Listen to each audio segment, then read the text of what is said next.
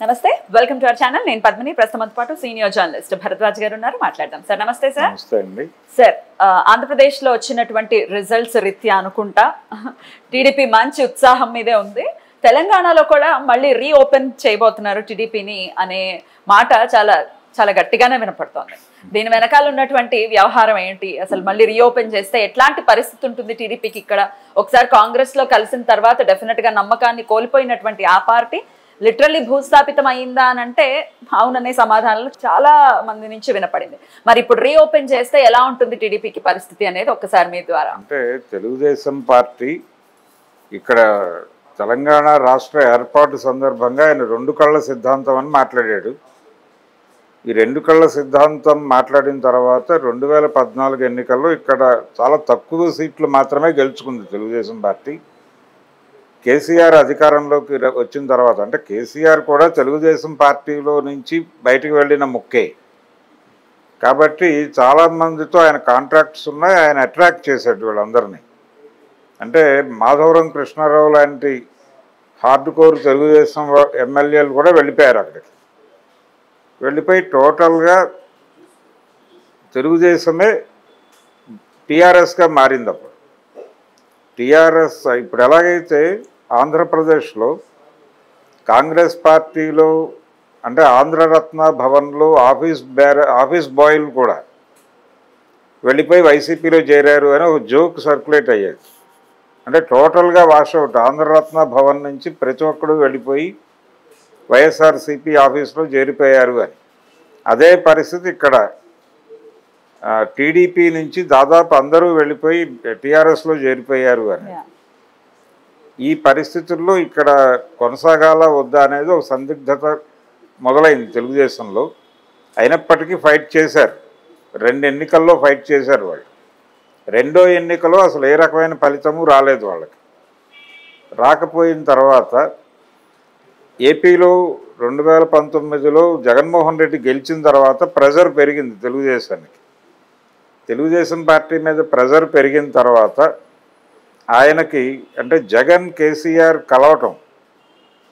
కలవటము తన మీద ప్రెజర్ పెరగటము ఈ విషయాలన్నింటినీ దృష్టిలో పెట్టుకుని ఆయన తెలంగాణలో కాంగ్రెస్ పార్టీని అలాగే ఆంధ్రాలో కాంగ్రెస్ పార్టీని రైజ్ చేయటానికి దొడ్డిదారిన ప్రయత్నాలు చేశాడు చంద్రబాబు నాయుడు గారు బడిసి కొట్టింది ఆ ప్రయత్నం లేదు లేదు ఏమీ కాలేదండి ఏమీ కాలేదు ఆయన అసెంబ్లీ ఎన్నికల్లో వాంటెడ్గానే పోటీ చేయలేదు నిజానికి కాసాని జ్ఞానేశ్వర్ గారు ఎమ్మెల్యేల జాబితా రెడీ చేసి కొంతమంది దగ్గర ఆల్రెడీ ఆయన పార్టీ ఫండ్ పేరుతో కొంత డబ్బులు కూడా తీసుకుని అప్పటికి జైల్లో ఉన్నాడు ఆయన చంద్రబాబు నాయుడు గారు జైల్లో ఉన్న బాబు గారిని కలిసి ఈ లిస్టు చూపిస్తే ఆయన రిజెక్ట్ చేశాడు వద్దు మనం కంటెస్ట్ చేయొద్దు అని అంటే ఆయన వ్యూహం ఏంటంటే ఇక్కడ కేసీఆర్ని ఓడించి కాంగ్రెస్ పార్టీని అధికారంలోకి తీసుకురావాలి దానికి మనం కొంత హెల్ప్ అవ్వాలి అని ప్రోగ్రామ్ డిజైన్ చేశాడు ఆయన హెల్ప్ అవ్వడం అంటే అసలు పోటీ చేయకుండా ఉండటమే అంటే తెలుగుదేశానికి ఓట్ బ్యాంక్ ఉంది తెలంగాణలో ఈ ఓట్ బ్యాంకు అవతలకి వెళ్ళిపోతుంది కాంగ్రెస్కి ఓట్ బ్యాంకుని ట్రాన్స్ఫర్ చేయడానికి కూడా విపరీతంగా కృషి చేశారు అలాగే హైదరాబాద్లో చాలా అపార్ట్మెంటుల్లో అంటే తెలుగుదేశం పార్టీకి సంబంధించిన వాళ్ళు అనుకున్న వాళ్ళందరినీ కూర్చోబెట్టి మాట్లాడారు మీరు కాంగ్రెస్కి అనుకూలంగా ఓటేయండి అని కానీ అది అర్బన్ ఏరియాల్లో వర్కౌట్ అవ్వలేదు అర్బన్ ఏరియాల్లో ఉన్నటువంటి సెటిలర్స్ అందరూ కూడా బీఆర్ఎస్ అనుకూలంగానే వెళ్ళారు ఇప్పుడు కలిసి పోటీ చేయకుండా కాంగ్రెస్ కి హెల్ప్ చేసినటువంటి టీడీపీకి మరి ఎందుకు 2019లో స్ట్రాటజీ వర్కౌట్ అవ్వలేదు ఇద్దరు కలిసినప్పుడు ఎందుకని బెడిసికొట్టింది ఇద్దరు కలవలేదండి అంటే కలిసారు తెలంగాణలో కలిసారు కానీ అది వేరు అంటే ఆ స్ట్రాటజీ ఎందుకు వర్కౌట్ అవ్వలేదు అంటున్నా ఆ స్ట్రాటజీ ఎందుకు వర్కౌట్ అవ్వలేదు అంటే ఇక్కడ కేసీఆర్ స్ట్రాంగ్గా ఉన్నాడు అప్పటికి ఇంకా సెంటిమెంట్ బలంగా ఉంది తెలంగాణ వరకు ఏపీలోనేమో మార్పు కోరుకున్నారు జనాలు ఆ మార్పు కోరుకోవడం వల్ల జగన్మోహన్ రెడ్డి గెలిచాడు జగన్మోహన్ రెడ్డి కేసీఆర్ కలిసిపోయే తనకు అన్యాయం జరిగిపోతోంది అనేది అందులో భాగంగా ఆయన ఇక్కడ కాంగ్రెస్ని గెలిపించి ఏదో విధంగా కేసీఆర్ని పక్కకు తోయాలి అని అనుకున్నాడు అలాగే ఇందులో భాగంగానే ఏపీలో కాంగ్రెస్ని కూడా రీఓపెన్ చేయాలి, అలాగే షర్మిలని పిసిసి ప్రెసిడెంట్ చేయటం వెనకాల కూడా ఈయన ఆలోచన నడిచింది. అక్కడ కూడా ఏం వర్కౌట్ కాలేదు సార్, ఇప్పుడు కూడా 0 సీట్స్ వచ్చాయి. అంటే కాంగ్రెస్ పార్టీకి ఏమీ రాలేదు, పైగా ఓట్ బ్యాంక్ కూడా తగ్గిపోయింది, దానికి ఉన్నటువంటి ఓట్ పర్సంటేజ్ కూడా పడిపోయింది గణనీయంగా. పడిపోయినప్పటికీ కూడా ఎస్టాబ్లిష్ చేయాలి అనుకున్నారు. లేదు అంటే కాంగ్రెస్ ని వినియోగించుకుని జగన్మోహన్ రెడ్డిని దెబ్బకొట్టాడు అక్కడ. అంటే షర్మిల గారి ప్రచారం అంతా కూడా జగన్మోహన్ రెడ్డిని కేంద్రంగా పెట్టుకునే జరిగింది. జగన్మోహన్ రెడ్డి సైకో అనేది నినాదం కదా వీళ్ళది, తెలుగుదేశం వాళ్ళది. అతను సైకో అనే నినాదాన్ని ఎస్టాబ్లిష్ చేయడంలో షర్మిల గారు అలాగే సునీత గారు వీళ్ళిద్దరూ కూడా కూటమికి విపరీతంగా హెల్ప్ చేసి కూటమి గెలుపుకి కాంగ్రెస్ ఓట్ బ్యాంక్ ఉన్నటువంటి ఆ 2% 3% ఓట్లు కూడా కూటమి వైపు టర్న్ అయినాయి. అంటే జగన్మోహన్ రెడ్డిని ఆయన పార్టీని షట్ డౌన్ చేస్తే తప్ప కాంగ్రెస్ పార్టీకి మనుగడ లేదు అనే వాతావరణాన్ని కల్పించగలిగాడు చంద్రబాబు. కల్పించి జగన్ని షట్ డౌన్ చేయడంలో మేము సహకరిస్తాం. జగన్ ఎప్పుడైతే షట్ డౌన్ అవుతాడో ఇమ్మీడియట్గా మీరు రైజ్ అవ్వండి, రైజ్ అవటానికి మీకు అవకాశం దొరుకుతుంది. ఎలాగైతే మీ పార్టీలో ఉన్నటువంటి ఆఫీస్ బాయ్లను కూడా వాళ్ళు తీసుకెళ్ళిపోయారో మళ్ళీ మీరు రీగెయిన్ అవ్వండి, అందుకు మీరు ఏదో కసరత్తు చేయండి అని చెప్పాడు ఆయన. కాంగ్రెస్ పార్టీకి జరిగిన మేలు ఏమిటి అంటే జగన్ ఓడిపోవడం ఒకటే, అంతకుమించి ఏమీ లేదు. జగన్ ఓడించటం కోసం అందరూ కలిశారు. అంటే ఏపీలో 2 కంపార్ట్మెంట్ల ట్రైన్ నడిచింది మొన్న. ఒక కంపార్ట్మెంట్లో కాంగ్రెస్ లెఫ్ట్, ఇంకో కంపార్ట్మెంట్లో జనసేన, టీడీపీ, బీజేపీ. ఈ 2 కంపార్ట్మెంట్ల ట్రైన్కి డ్రైవర్ చంద్రబాబే. అలా అంటే జాతీయ స్థాయిలో పోటీ పడ్డటువంటి కాంగ్రెస్ బీజేపీల రెండింటితోనూ ఈయన స్నేహం చేశాడు. పగలు బీజేపీతోనూ రాత్రి కాంగ్రెస్తోనూ కాపురం చేశాడు ఆయన చంద్రబాబు నాయుడు గారు. రీఓపెన్ అయిన తర్వాత ఎట్లా ఉంటుంది పరిస్థితి తెలంగాణలో అనేది ఒకసారి చెప్పండి. అంటే ఇప్పుడు ఆయన గురు శిష్యుల మీటింగ్ అంటున్నారు, ఈరోజు మీటింగ్ జరుగుతోంది. రేవంత్ రెడ్డిను చంద్రబాబు కలిసి కూర్చుని, అంటే 2 రాష్ట్రాల మధ్య విభజన అనంతరం చాలా సమస్యలు ఉన్నాయి. అంటే ఆస్తుల పంపిణీ గొడవ ఒకటి ఉంది, ఇక్కడ ఉన్నటువంటి ఆంధ్ర ఆస్తులు ఎలా సెటిల్ చేయాలి అనేది ఒకటి. తర్వాత ఈ పన్నులలో వాటా, ఈ విభజన సమయంలో పన్నులలో వాటా ఇవ్వాలి వాళ్ళకి. హైదరాబాద్ నుంచి వస్తున్నటువంటి ట్యాక్సుల్లో ఈ 10 ఏళ్ల లెక్కలు దానికి ఉమ్మడి రాజధానిగా ఉన్నప్పుడు కేంద్ర ప్రభుత్వం నిబంధనల ప్రకారం వాళ్ళకి రావాల్సినటువంటి షేర్ తాలూకా గొడవ ఒకటి ఉంది, అది అపరిష్కృతంగానే ఉండిపోయింది. అదొకటి ఈరోజు సెటిల్ చేయబోతున్నారు వాళ్ళు. అలాగే జల వివాదాలు ఉన్నాయి పొరుగు రాష్ట్రాలతో, తెలంగాణతో పాటు ఛత్తీస్గఢ్ ఇతర రాష్ట్రాలతో జల పంపిణీకి సంబంధించిన గొడవలు ఉన్నాయి, అదొకటి మాట్లాడుకోవాలి. తర్వాత తెలంగాణ నుంచి అక్కడ కలిసినటువంటి మండలాలు ఉన్నాయి, వాటికి సంబంధించిన వ్యవహారం కూడా ఇంకా అపరిష్కృతంగానే ఉంది. ఇవన్నీ 2 రాష్ట్రాల మధ్య ఉన్న పాత సమస్యలు మాట్లాడుకోవటానికి కలిశారు. కానీ పొలిటికల్ ప్రోగ్రామ్ ఉంది దీని వెనకాల. అంటే 2 తెలుగు రాష్ట్రాలకి మేము మేలు చేస్తున్నామని ప్రొజెక్ట్ కావటం అనేది మీటింగ్ ఉద్దేశం. దీంతో పాటు మేము తెలంగాణలో తిరిగి టీడీపీని రీఓపెన్ చేస్తున్నాము, తద్వారా బీఆర్ఎస్ని, అంటే బీఆర్ఎస్ని ఉమ్మడి శత్రువుగా భావించి బీఆర్ఎస్ని షట్ డౌన్ చేయటంలో మేము సహకరిస్తామని చెప్తున్నాడు ఆయన కూడా అదే భావిస్తున్నాడు. రేవంత్ రెడ్డి కూడా, కాంగ్రెస్ పార్టీ కూడా అదే భావనలో ఉంది. కానీ ఆయన బీజేపీ కూటమిలో ఉన్నాడు, ఎన్డీఏ కూటమిలో కీలక పాత్ర పోషిస్తున్నాడు చంద్రబాబు. నిన్న ఆయన ఢిల్లీ వెళ్ళి హోంమంత్రిని కలిస్తే అమిత్ షా గారు నిన్న సాయంత్రం ట్వీట్ చేశాడు, చంద్రబాబు నాయుడు గారు నన్ను కలిశారు అని ట్వీట్ చేశాడు. అది చేయాల్సిన అవసరం లేదు ఆయనకి, ఈయన వెళ్ళి కలిశాడు. ఆయన చంద్రబాబు నాయుడు నన్ను కలిశాడు అని చాలా సంబరంగా ట్వీట్ చేశాడు. ఎందుకంటే వాళ్ళకి 63 సీట్లు తగ్గినాయి బీజేపీకి. ఆ లోటుని భర్తీ చేయడంలో ఈయన పాత్ర ఉంది చంద్రబాబు. కింగ్ మేకర్ అని కూడా అంటూ ఉన్నారు ఇప్పుడు ఆయన. కింగ్ మేకర్ ఏం కాదండి, కింగ్ మేకర్ ఏం కాదు. ఈయన సమస్యలు ఈయనకి ఉన్నాయి. ఈయన ఏదో చక్రం మీరు తిప్పుతాడు. యాక్సెప్ట్ చేయరా కింగ్ మేకర్ అంటే? లేదండి, కింగ్ మేకర్ ఏం కాదు ఆయన. అంటే ఆయనకి అంటే బీజేపీ చాలా వ్యూహాత్మకంగానే ఆయన్ని తన కంట్రోల్లోకి తీసుకుంది. అది ఏ పాయింట్స్ ని దృష్టిలో పెట్టుకుని, లేకపోతే ఏ పాయింట్స్ తో కంట్రోల్లో తీసుకుంది సార్? రకరకాల అంటే జగన్మోహన్ కేసులు ఇవి రెడ్డి ఉన్నాయా? కేసు ఉంది కదా ఆయన మీద, స్కిల్ స్కామ్ లో ఉన్నాడు ఆయన. అది కాకుండా ఇంకొక 4-5 కేసులు పెండింగ్ లో ఉన్నాయి. ఈయన అరెస్టుకి సంబంధించి మేము చంద్రబాబుని కస్టడీలోకి తీసుకోబోతున్నాం అనే విషయం స్టేట్ గవర్నమెంట్ కేంద్ర హోంశాఖకి ఇన్ఫార్మ్ చేసిన తర్వాతే అరెస్ట్ జరిగింది. అమిత్ షా గారికి ముందే తెలుసు చంద్రబాబు అరెస్ట్ అవ్వబోతున్నాడు అని. వాళ్ళు ఎందుకు కాదని అనలేదంటే, కానీ మీ దగ్గర ప్రాపర్ ఆధారాలు ఉంటే ముందుకెళ్ళని పర్లేదు అన్నారు. అనటం వెనకాల బీజేపీ వ్యూహం ఏంటంటే, జగన్మోహన్ రెడ్డి తన మీద ఉన్నటువంటి కేసుల రీత్యా మనతో సయోధ్యగా ఉన్నాడు, ఆయన ఎన్ని ఎంపీలను గెలుచుకున్నా వాటిని తీసుకొచ్చి మన కాంపౌండ్లోనే పెడతాడు అనివార్యంగా. మొన్న అదే జరిగింది. మొన్న ఇక్కడ ఎన్డీఏతో ఫైట్ చేసి ఓడిపోయి తన ఎంపీలను తీసుకెళ్ళి తిరిగి ఎన్డీఏకే ఓటు చేయించాడు ఆయన. అక్కడ జరిగినటువంటి స్పీకర్ ఎన్నికలో, ఓం బిర్లా ఎన్నికలో ఆయనకి పోలైన ఓట్లలో వీళ్ళ 4 ఎంపీలు కూడా ఉన్నారు.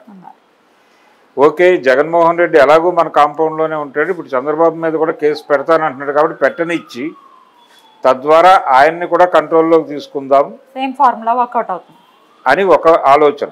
దాంతోపాటు చాలా కాలంగా పవన్ కళ్యాణ్ చెప్తూ వస్తున్నాడు పదే పదే, అంటే బీజేపీ, జనసేన, టీడీపీ కలిసి వెడితే ప్రభుత్వ వ్యతిరేక ఓటు చేయలేదు, తద్వారా జగన్ని ఓడించడం సాధ్యమవుతుంది, బీజేపీ నాయకులారా రూట్ మ్యాప్ ఇవ్వండి అని అడుగుతూ వచ్చాడు ఆయన. ఆయన రూట్ మ్యాప్ అడిగినప్పుడల్లా బీజేపీ ఏం చెప్పిందంటే, మాకు టీడీపీ, వైసీపీ రెండూ సమానమే, మేము 2 పార్టీలకి సమాన దూరంలోనే ఉన్నామని భీమవరంలో వాళ్ళు మీటింగ్ పెట్టి మరీ చెప్పారు.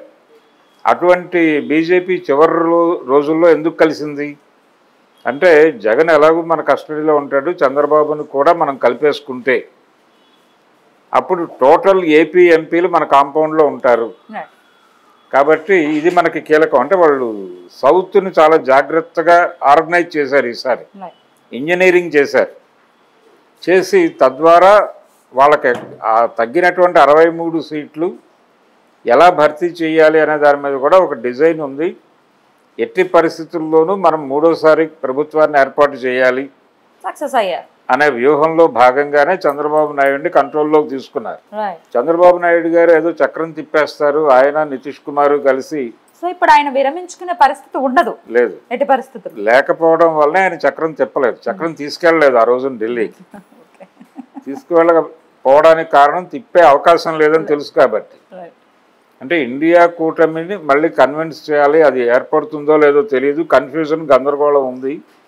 దానికంటే ఎలాగూ స్నేహం ఉంది, ఎన్నికల్లో కలిసి పోటీ చేశాం, ఇప్పుడు ఇమ్మీడియట్గా ప్లేట్ తిప్పితే ఇబ్బంది అవుతుంది అనే ఉద్దేశంతో ఆయన ఆ రోజు రాత్రి 7:30కి వెళ్ళి రాష్ట్రపతికి లెటర్ ఇచ్చి వచ్చాడు, మేము ఎన్డీఏతోనే కొనసాగుతున్నాం, మోడీకే మా మద్దతు అని. కాబట్టి చంద్రబాబు నాయుడు వాళ్ళ కంట్రోల్లో ఉన్నాడు. అయితే కాంగ్రెస్తో కూడా స్నేహంగానే ఉన్నాడు. ఇక్కడ కాంగ్రెస్ గెలవటం, మీ ఉద్దేశం ప్రకారం ప్లేట్ తిప్పే పరిస్థితి ఉంటుందంటారా? అదే ఇదే ఇప్పుడు టెంపరీగా బీఆర్ఎస్ని షట్ డౌన్ చేయటం అనే ప్రోగ్రాంలో భాగంగా టీడీపీ రీఓపెన్ని కాంగ్రెస్ పార్టీ స్వాగతించవచ్చు. కొంతమంది బీఆర్ఎస్ పార్టీ నుంచి బయటకు వస్తున్నారు. ఆల్రెడీ నిన్న 6 ఎమ్మెల్సీలు వెళ్ళి అర్ధరాత్రి రేవంత్ రెడ్డి గారి సమక్షంలో ఆయన ఢిల్లీ నుంచి వచ్చే వరకు వాళ్ళ ఇంట్లో వెయిట్ చేసి ఆయన వచ్చిన తర్వాత అర్ధరాత్రి కలిశారు కాంగ్రెస్లో. ఇంకా చాలామంది పాత టీడీపీ బ్యాచ్ అంతా ఇప్పుడు టీడీపీలోకి వచ్చేయడానికి సిద్ధంగా ఉంది. అక్కడ బీఆర్ఎస్ని షట్ డౌన్ చేయాలి అనేటువంటి ఒక ప్రోగ్రాంలో భాగంగా టీడీపీ రీఓపెన్ అవుతోంది. వాళ్ళకి ఎక్కడో చోట ఒక ఇది కావాలి, ఒక ఆసరా లేకపోతే ఒక షెల్టర్ కావాలి. ఆ షెల్టర్ ఓపెన్ చేస్తున్నారు ఎన్టీఆర్ ట్రస్ట్ రీఓపెన్ చేయటం ద్వారా. కానీ భవిష్యత్తులో చంద్రబాబు నాయుడు గారు వచ్చే ఎన్నికల్లో ఇండియా కూటమి గెలిచే అవకాశం ఉంది అని ఆయనకు బలంగా అనిపిస్తే అప్పుడు కాంగ్రెస్తో ట్రావెల్ అవుతాడు, ఈ స్నేహం కొనసాగుతుంది. బీజేపీ తెలంగాణలో సీరియస్గా నిలబడాలని ప్రయత్నం చేస్తోంది. రేపు ఇండియా కూటమి గెలిచే పరిస్థితి లేదు అని అనిపించి లేదు, బీజేపీ వ్యూహాత్మకంగా జమిలి ఎన్నికలకు వెళ్ళాలి అనే ఉద్దేశంతో 1 ఇయర్ ముందే ఎన్నికలకు వెడితే అప్పుడు వాళ్ళ స్కీమింగ్ వర్కౌట్ అవుతుంది అని చంద్రబాబు కనిపిస్తే ఆయన ఖచ్చితంగా బీజేపీతోనే ఉంటాడు. బీజేపీతోనే ఉండి బీజేపీతో సీట్ షేరింగ్ చేసుకుని ఇక్కడ బీజేపీ నాయకత్వంలో, అంటే నిజానికి బీజేపీ కంటే టీడీపీ పెద్ద పార్టీ ఇక్కడ అయినప్పటికీ ఇప్పుడు మారిన ఈక్వేషన్లో బీజేపీకి లొంగి ఆయన ఇక్కడ బీజేపీకి లీడ్ రోల్ ఇచ్చి బీజేపీకి ముఖ్యమంత్రి పదవి కూడా ఇచ్చి ఫెసిలిటేట్ చేసేటువంటి ఛాన్స్ కూడా ఉంది. మొత్తం సినారీలో లేకపోతే మొత్తం స్టోరీలో కేసీఆర్ గారు ఏంటి ప్రేక్షక పాత్ర ఇచ్చే పరిస్థితి, లేకపోతే ఏమిటి మరి నెక్స్ట్ స్టెప్ ఎలా ఉంటుంది ఆయన? అంటే కేసీఆర్ గారు ప్రస్తుతం జరిగే పరిణామాలు పరిశీలిస్తున్నాడు ఆయన. నిజానికి మొన్న బీజేపీ గెలుపు వెనకాల ఆయన కూడా సహకరించేట వాళ్ళకి, లేకపోతే అన్ని సీట్లు బీజేపీకి వచ్చే అవకాశం లేదు. ఆయన ఇబ్బందుల రీత్యా ఆయన తనకి తాను వెనక్కి నడిచాడు. అంటే కాంగ్రెస్ని ఎలా నిలువరించాలి అనే ప్రోగ్రాంలో ఉన్నాడు ఇప్పుడు ఆయన. వచ్చే ఎన్నికల నాటికి బీజేపీ టీడీపీ కూటమి ఇక్కడ వర్కౌట్ అయితే అప్పుడు కేసీఆర్ ఏం చేయాలి అనేది ఆయన ఒక వ్యూహరచన చేసుకుంటున్నాడు. కాంగ్రెస్తో ట్రావెల్ అవ్వాల్సిన పరిస్థితి ఏర్పడుతుంది. ఈ కూటమి బలపడితే వీళ్ళు గెలిచే అవకాశం ఉంటుంది. ఎందుకంటే కాంగ్రెస్ పార్టీకి కొద్దో గొప్ప అప్పటికి ప్రభుత్వ వ్యతిరేక ఓటు కన్సాలిడేట్ అయి ఉంటుంది.